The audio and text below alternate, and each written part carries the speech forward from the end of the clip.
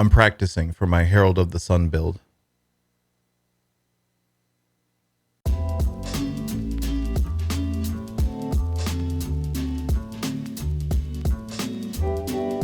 What's up, everybody, and welcome back to Sounds Good Makes Sense, a discussion show for the World of Warcraft player. My name is Diabolist, and today we're going to dig into the 8 new hero talent trees for the War Within that Blizzard revealed a week or so ago. Now, I have glanced through these a little bit already, and I do have a couple of discussion topics in mind that I'm likely to bring up throughout this video, but for the most part, this will just be my raw reactions to these trees and seeing how I feel about them as we go through them. So let's go ahead and dig into it. The first tree we're going to talk about is the Elune's Chosen tree, which is available to Balance and to Guardian Druids. Now, with a name like Elune's Chosen, I'm going to assume there's a lot of moon and lunar related abilities and talents and augmentations inside of this tree. And you can see that right away here with this Boundless Moonlight as the keystone talent.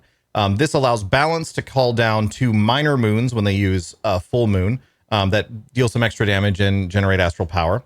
And Guardian also causes Lunar Beam to leech life. So you get a little bit of self-healing when you use your Lunar Beam as Guardian. Now, straight away, one thing that I find interesting about this tree, and there's going to be a few trees that are like this throughout this, is how many of these are starting to sort of fall into this camp of, yes, you have all of these talents, and yes, this is a hero talent tree that is shared by 2 specializations, but a lot of the talents inside of it are pretty much entirely different based on which of those 2 specs you have. We'll give more thoughts on that as we progress through the video, but moving on through this tree, we can see that then this moves on to a few different other options. And reminder that in talent trees, or in the hero talent trees, you do end up getting all of these. So the only real choices to be made are in these choice nodes: the Moondust versus Elune Grace, Arcane Affinity versus Lunation, etc. Those are the only real choices you're going to be making through this tree. Otherwise, you will unlock every single node by the time you reach max level. So for starters, in this tree, we have a few points that are just kind of generally, like, they're just helpful little buffs. They're nothing that's going to really change how you play, but they're still relatively interesting. So things like Moonfire deals 10% additional damage. That's helpful to both Balance and Guardian. Glistening Fur, you take a little bit less magic damage and a little bit more less, which is a weird way to phrase that, arcane damage. This Lunar Amplification one is interesting to me, and I like this approach to this style of hero talent tree because, like, this is meant to be a very lunar, like Elune, obviously, very lunar focused hero talent tree. So rather than just having everything absolutely no matter what 100% dedicated to your lunar abilities like Moonfire, like Full Moon, like Lunar Beam, etc., they have in this talent here that each non-arcane damaging ability you use increases the damage of your next arcane damaging ability by 3%, stacking up to 3 times. So a 9% total bonus if you get 3 stacks on that. So that means that as a Moonkin, for example, you can still use Wrath, and it's still a useful thing to be casting. You can still use Wrath, you can still use Sunfire, etc. But that'll be increasing the damage of your arcane abilities as well. So you still get that sort of lunar tie-in even when using your non-lunar abilities. And I like that. Looking through the choice nodes, there's honestly not too much that I would really comment on in here. It all seems pretty straightforward and in some cases kind of almost a little bit dull. Like, for example, if you're a Guardian Druid for this Stellar Command versus Lunar Calling choice node, it's really just a question of, do you want more Thrash damage or do you want more Lunar Beam / Fury of Elune damage? So really it's just a question of which of those 2 abilities would you rather focus on. Obviously Thrash, very AoE focused. Lunar Beam, Fury of Elune, a little bit more of a single target lean there. So it's just kind of a non-choice, I think, and I suspect that's one that people will be swapping between constantly. What is interesting about that choice, though, is that the balance option for Lunar Calling does remove the Solar Eclipse, which I haven't played Balance in a little while, but I'm pretty sure that's still kind of a big deal. So interesting. I do also find it interesting that this Moondust versus Elune's Grace choice exists, just because I don't really see what Wild Charge has to do with Elune other than the talent is named Elune's Grace. So that one's just kind of, I mean, obviously they have to put something there, right? There does need to be a choice in there, but reducing the cooldown on Wild Charge while in Bear or Moonkin form, it doesn't really feel super Elune to me. So I guess that's probably why they named it Elune's Grace, just to be like, aha, but it is Elune, we promise. And then, of course, like every hero talent tree, the capstone talent, the Eternal Moon down here at the bottom, just sort of doubles down on this original keystone talent at the top, makes your new moon and half moon as Balance do a little bit more, Gives you a little bit more stuff from your Lunar Beam as Guardian. And it also gives you a little bit more of Astral Power and Rage Generation when you actually get the benefits of the Boundless Moonlight hero talent proccing. Overall, this tree seems to really, it's doing pretty well in terms of how the idea of hero talents was originally pitched. And I think a lot of that is just because both Balance, for obvious reasons, and nowadays Guardian as well, there are a lot of like decent tie-ins for lunar style spells and moon style spells. Like bears have been using Moonfire for a while now. Lunar Beam, I think, is a talent for bears these days, but it's still something that you're likely to have, especially if you're going to take this talent tree. So there's some decent tie-ins there. I think as a hero talent tree, this one's doing pretty well. So let's move on. The next tree we're going to look at is the Wildstalker, which is shared by Feral and Restoration Druids. And this is also a good point to note down, just that one interesting thing about the way that Druid trees are coming together for hero talents is because Druids have 4 talent specializations, they're the only class that has two specs that do not share a hero talent tree. That's Feral and Balance. Those 2 specs will never have a choice that both of them have access to, which is just kind of interesting. It's sort of inevitable with the way that the hero talent system works, but I thought that was interesting. But looking at the Wildstalker tree specifically, this is another one that kind of starts to veer into that area I mentioned for the last tree. And I think we're going to see this a lot with trees that are shared with healing specs, where a lot of these talents are kind of just 2 completely different talents that you just click on once to select. And you can see this right away in this Thriving Growth Keystone talent, where it has a benefit for rip and rake damage, and then a completely different benefit for wild growth, regrowth, and efflorescence. Now, to their credit, they do tie into this pretty regularly throughout the tree. So this sort of notion of things growing when you do other things is sort of a recurring theme throughout the tree. So, for example, this bottom right corner here, Twin Sprouts versus Implant. Twin Sprouts is basically when something grows, either your Bloodseeker Vines or your Symbiotic Blooms, it has a 10% chance to basically spread to a nearby target. Implant, similarly, causes Feral Frenzy to immediately cause a Bloodseeker Vine, or causes regrowth to, with Nature Swiftness at least, to immediately cause a Symbiotic Bloom. So they're still giving similar effects, and they're still sort of playing off of this, like, oh yeah, Wildstalker Druid means that you grow things sort of spontaneously. But it does still, to me, kind of feel like a tree that's just 2 different trees overlaid on top of each other. And that does kind of continue through the tree. Like even looking at the Keystone talent at the bottom, this has a benefit for Bloodseeker Vines and then a completely different benefit for Symbiotic Blooms. There doesn't really feel to be, like, Wildstalker as a concept doesn't really feel too cohesive to me. It feels more like these are different ways that Feral and Restoration can sort of tack on this growing thing mechanic, but it's still a different mechanic based on which of those specs you are. And I'm still not sure how I feel about that in total. Like, I think for some hero talent specs, that might be fine. And maybe it has to be that way for ones, especially that brush up against healing specs. Maybe it has to be that way. But it does kind of feel like you lose a little bit of that Wildstalker identity when it's just like, okay, I'm a Feral Druid that occasionally sprouts vines, or I'm a Resto Druid that occasionally sprouts flowers. Like, vines or flowers doesn't really feel too cohesive to me as an identity. Maybe that's just me, but it kind of makes the whole Wildstalker concept feel like you're not really becoming a Wildstalker. You're becoming a Feral plus some extra procs. That said, it is worth noting that one of Blizzard's stated goals for hero talents is that they want it to be, quote unquote, what you are but more. So maybe that's fine. Moving on, let's look at the Scalecommander tree, which is shared by the Augmentation and Devastation Evoker talents. Now, before I even look at any of these talent points, I just want to note and acknowledge I don't know very much about Evokers. I haven't really been playing too much Dragonflight, and especially since I've been back to WoW, I've been pretty much laser focusing most of my playtime on Season of Discovery, so I don't have a ton of experience with Evokers, so I'm just going to have to kind of wing my way through this one, but I can at least give my impressions of how it sounds.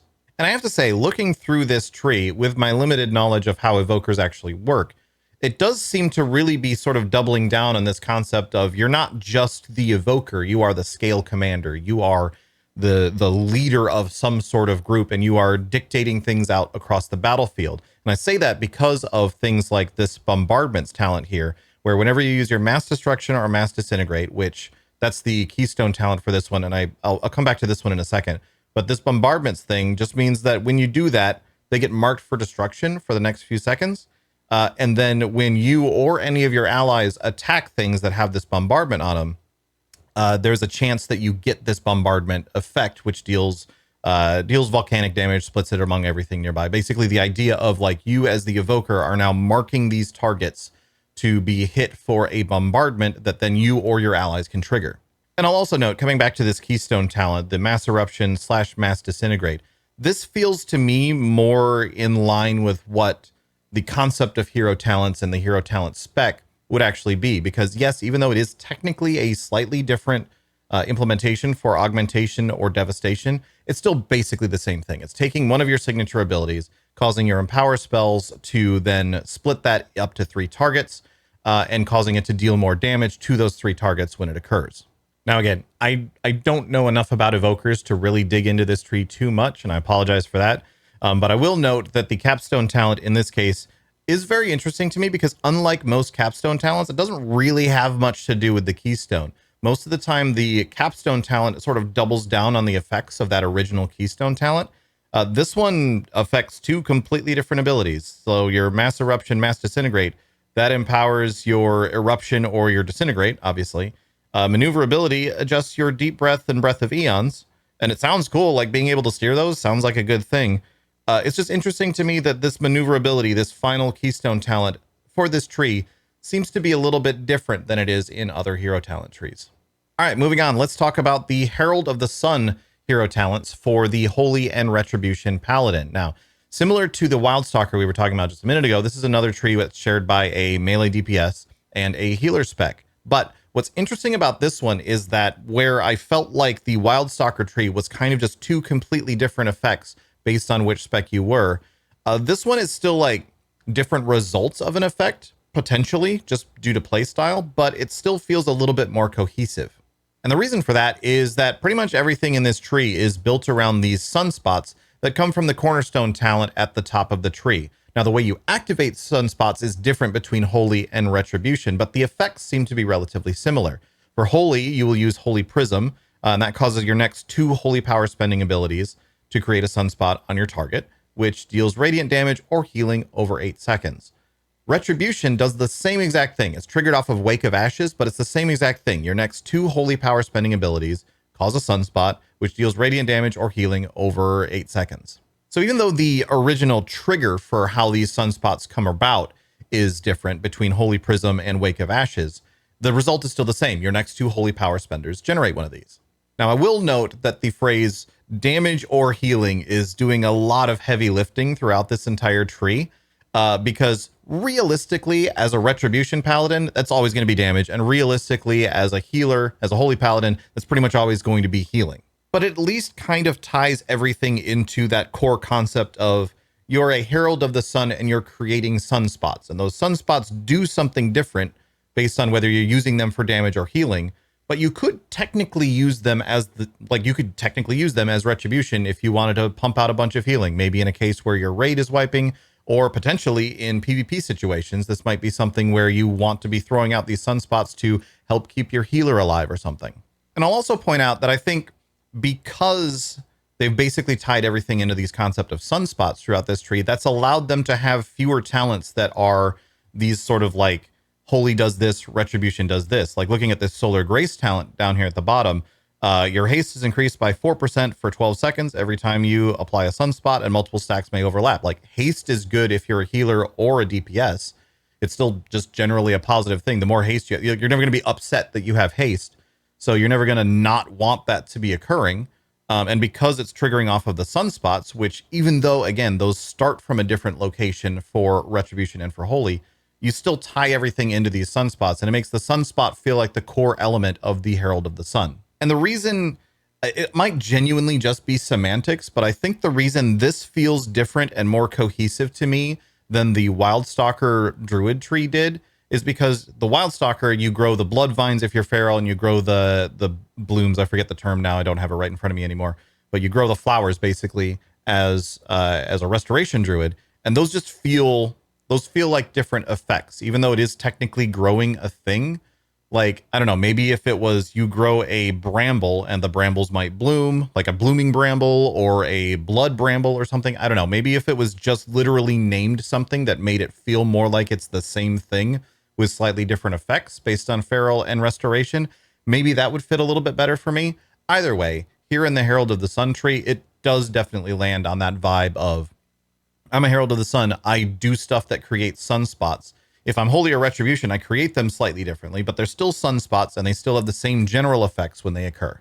Also, side note, this Sun's avatar thing down at the bottom where Avenging Wrath causes you to link with your sunspots and create beams and it causes sunspots themselves when you activate it. That just sounds kind of sick. I'm actually super looking forward to giving that a try. All right. Next up is the Templar, which is available to Protection and Retribution Paladins. And I can already tell you that Towley is going to be really excited about this one. He probably has already been rambling about it on his streams or something because, oh my God, there are so many hammers in this tree. So the Keystone has kind of a similar concept to it, to the previous tree we were just talking about, where you get the same effect. It just triggers from two different abilities. So Protection, Eye of Tyr, Retribution, Wake of Ashes. Either of these will, once you use them, for the next 12 seconds, it gets replaced by this ability called Hammer of Light. So presumably the concept is that if you're, say, you're a Retribution Paladin, for example, and you've gone the Templar tree, when you use Wake of Ashes, that button just changes to Hammer of Light on your bar, which you can then presumably immediately reuse to cast this Hammer of Light ability. Hammer of Light itself does damage to whatever your target is, as well as up to 4 nearby enemies, and also calls down these Empyrean Hammers, which strikes 3 more additional enemies. But it costs 5 holy power to use this thing. So basically it's this big old like split damage AoE thing.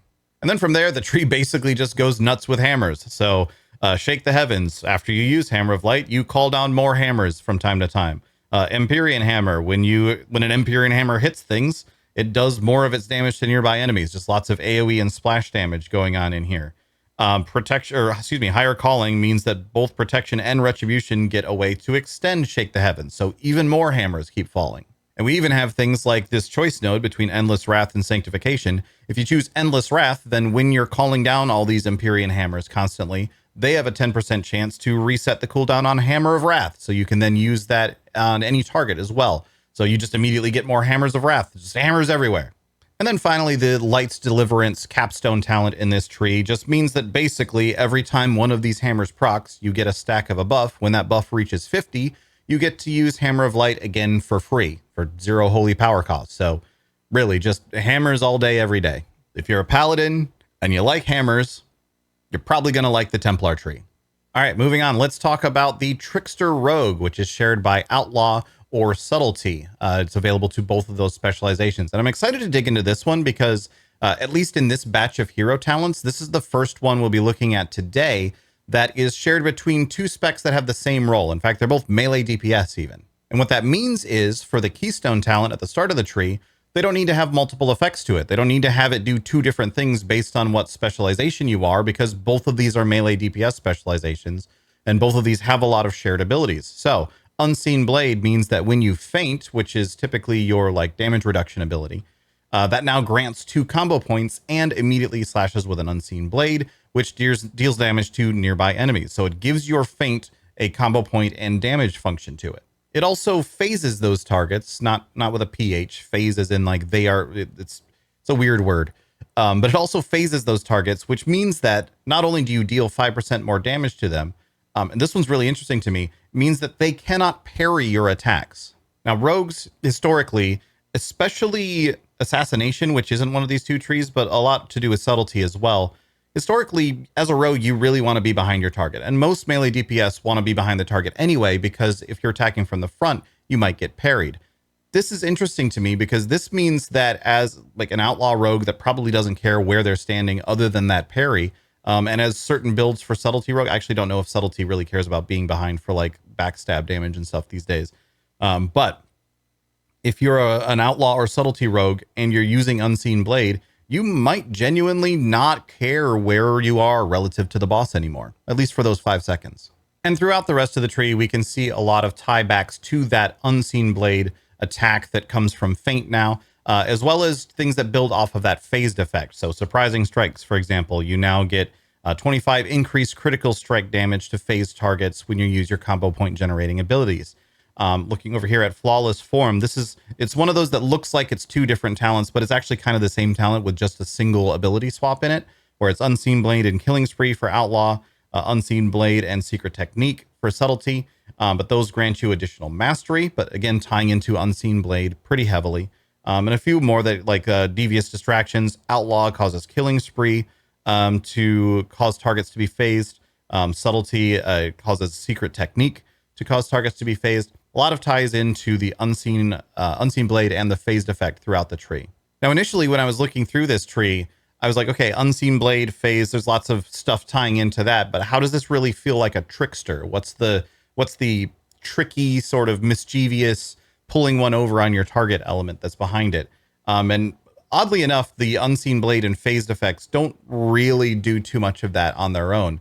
It's more the tie-ins to a lot more of the basic abilities that the rogue has, like this So Tricky choice node, which allows you to increase Tricks of the Trade's threat redirect to an hour, which sounds actually super great for a lot of rogues that I've played with in the past. Things like Cloud Cover, which causes Distract to generate a cloud of smoke. And also, like, it does then activate phase, but it's not that the phased effect is causing you to be tricky. It's that Distract is causing you to create this cloud of smoke that causes them to be phased. So I don't know that it's really nailing the trickster aspect of this just yet, but it at least feels like a cohesive tree that doesn't need to constantly be doing very different things for Subtlety or Outlaw. And that does continue throughout the tree, even down to the capstone talent, the coup de grace, down at the bottom here. It's basically, if you strike with Unseen Blade 4 times, your next insert ability here will do 40% increased damage with a coup de grace. So for Outlaw, that's Dispatch. For Subtlety, that's Eviscerate or Black Powder. And it does also have this effect of, if that target is phased, then you get 5 stacks of Flawless Form, which ties back to this ability up over here, which is just a mastery buff that you get.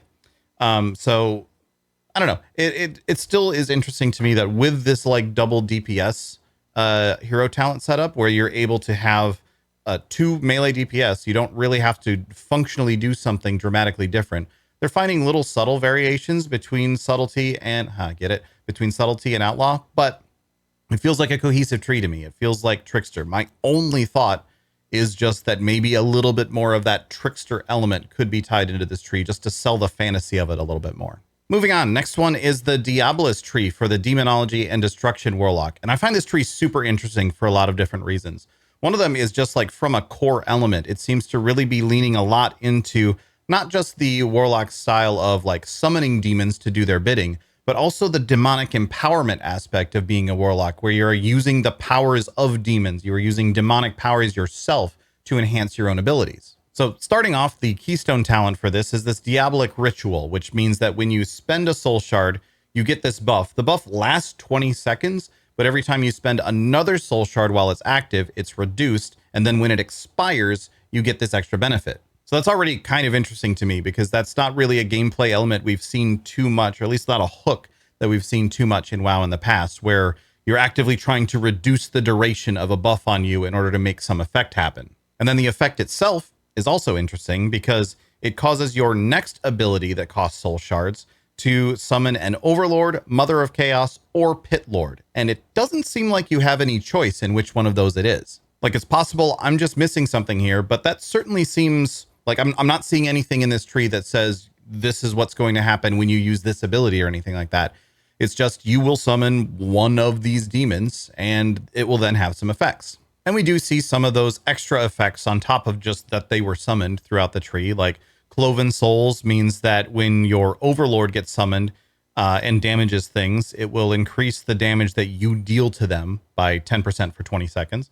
This Mother of Chaos note over here means that when a Mother of Chaos is summoned, it will empower your next Shadow Bolt or Incinerate to be a Demon Fire Barrage, which is basically a rapid fire set of empowered Shadow Bolts that happen in a hurry. Both of those seem super interesting to me, and the sort of effects that like you would probably want to choose which one you're getting, but it doesn't seem like you get to choose. It's just like something got summoned. If it's a Mother of Chaos, then you do rapid fire Shadow Bolts real quick. If it's an Overlord, you're just doing more general damage for a minute. Well, technically for 20 seconds, but you see what I mean. And then the capstone talent is what enhances the Pit Lord, which causes your next Hand of Kuldan or Chaos Bolt to become Ruination, which is a big-ass meteor, apparently, that you're summoning from the Twisting Nether, deals chaos damage on impact to all enemies, and summons Wild Imps, which the Wild Imps thing in that is interesting to me because that means that Destruction is also summoning Wild Imps. So there's a lot of like interesting aspects for Destruction inside of this to get a little bit of that demonology flavor added into their playstyle. In fact, if we look at the Abyssal Dominion talent just right before that capstone talent, it means that using Cataclysm also summons an Overfiend, which just does a couple Shadow Bolts before leaving, but it's still giving Destruction the ability to do a lot more of the demonology style, summoning temporary demons constantly sort of stuff. And I'm not really seeing too much of that going in the other direction here, where demonology isn't really getting much of Destruction's general sort of kit or idea. Like there's no here you are as a demonology warlock and now you get to cast a chaos bolt sort of thing that's really occurring in here. There's no, now you have havoc as well or anything like that. So it's interesting to me. It seems like this is a tree that is demonology sort of really doubling down on summoning even more temporary pets, which I believe will then have some knock-on effects for them as well in terms of how demonology actually works. And then Destruction just getting a little bit of that flavor for themselves and adding it in there. I don't know. This tree seems super interesting to me, and it's another one that I'm probably going to have to play around with a little bit before I really understand the full implications of what's going on with it. So the final tree that we're going to talk about here today is the Colossus tree that is available to arms and protection warriors. And this one is interesting immediately to me because this is the only one that comes with a developer's note, which says the warrior tree will be updated in the War Within to make the Shockwave talent more easily accessible via class talents. We wanted to call this out as the Colossus tree interacts with Shockwave in a few places. Now, the last video that I did talking about these hero talents, I did kind of mention a little bit that, yes, for some of these talent, like the, what was it, the Mountain Thane, I think, it had a lot of stuff that tied into Avatar and to Shockwave. And it's like, okay, but Shockwave was really deep in the tree. So I'm glad that they're calling this out and saying, okay, hold on, we're going to actually make Shockwave a little bit easier to get to because we want to have it tie into that talent. We don't want to make that a baseline ability. But we still want it to be something that you don't necessarily have to get pigeonholed into a specific build to even use these hero talents. What's also interesting about this tree is that it really only kind of brushes up against Shockwave in a couple of places. There is this one choice node over here that is the Shockwave no matter what, between Bone Shaker and Earthquaker. No matter what, that requires Shockwave to get anything out of it. And there is this other choice node that causes, like, one option has Shockwave as one of the listed things, but also Cleave, Whirlwind, and Revenge. And the other one doesn't affect Shockwave at all. So this developer's note almost feels like more of a call out toward the previous talent, hero talent tree that we talked about in the previous video than it really does the Colossus tree. What the Colossus tree does do, and really hinges around, is this new active ability, Demolish. So unlike a lot of the other trees that we've seen, this isn't an effect that procs off of one of your existing abilities. This isn't something that replaces one of your existing abilities after you use it. This is a whole new button on a 45-second cooldown that you need to add to your bars, which itself is interesting because that's something they said they were trying to avoid doing with hero talents. They really wanted it to be based around stuff that you already do. But both this tree and the Lightsmith tree for Paladins that we talked about in the previous video seem to be just straight up adding a new ability and then hinging everything off of that, which I don't know how I feel about that. I will say that Demolish sounds pretty cool. You unleash a series of strikes against your target and enemies within 8 yards of it. And you can block, parry, and dodge while using that ability. So it's something that protection warriors will be able to use without worrying about, like, are you going to just get hit extra while you're doing this? And the rest of the tree, honestly, is kind of just really passive, making Demolish more useful, or just completely passive, like Martial Expert. You do more critical strike damage and your critical blocks are better. Mountain of Muscle and Scars. You deal 5% more damage and take 2.5% less damage, and also apparently get bigger by 5%. And then the center, like, pillar here in the middle just keeps buffing up Demolish and making Demolish and Colossal Might by extension even stronger. So I don't know. This tree feels a little bit overall flat to me. Like, even though it is adding a new ability and it does have those couple of tie-ins to Shockwave, it's really just kind of a lot of passives and a new ability that it takes you several talent points to turn into its full self. I don't know. Maybe Demolish will be a super cool ability that then makes up for it, but the tree itself seems really flat and really passive. And not just passive in a sense of the talent itself doesn't add a new ability. No, it's passive in the sense that it doesn't even change the way that you play. It just makes you slightly better at things you are already doing. With the exception of this central pillar for Demolish, which again really is just, this is a new ability that you need to push every time it comes off a cooldown.